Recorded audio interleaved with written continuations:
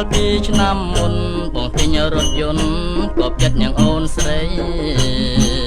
រថយន្តអូប៉ែលដែលទៅកំងថ្មីបញ្ជីអូនស្រីទៅលេងអង្គររថយន្តថ្មីណាំងម៉ាស៊ីនមិនរត់ដាំងបង្ហំបវទៅមើលវិមានប្រាសាទអង្គរដ៏ស្រស់សែនល្អនេះស្នាដៃខ្មែរអូននឹកឃើញទេឬមួយស្រីស្នេហ៍នាងបំភ្លេចបងហើយ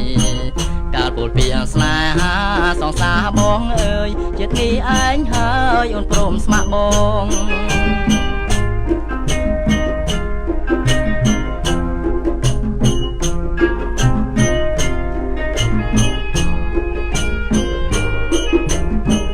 កាលពីឆ្នាំមុនបងទិញរថយន្តគប់ចិត្តយ៉ាងអូនស្រី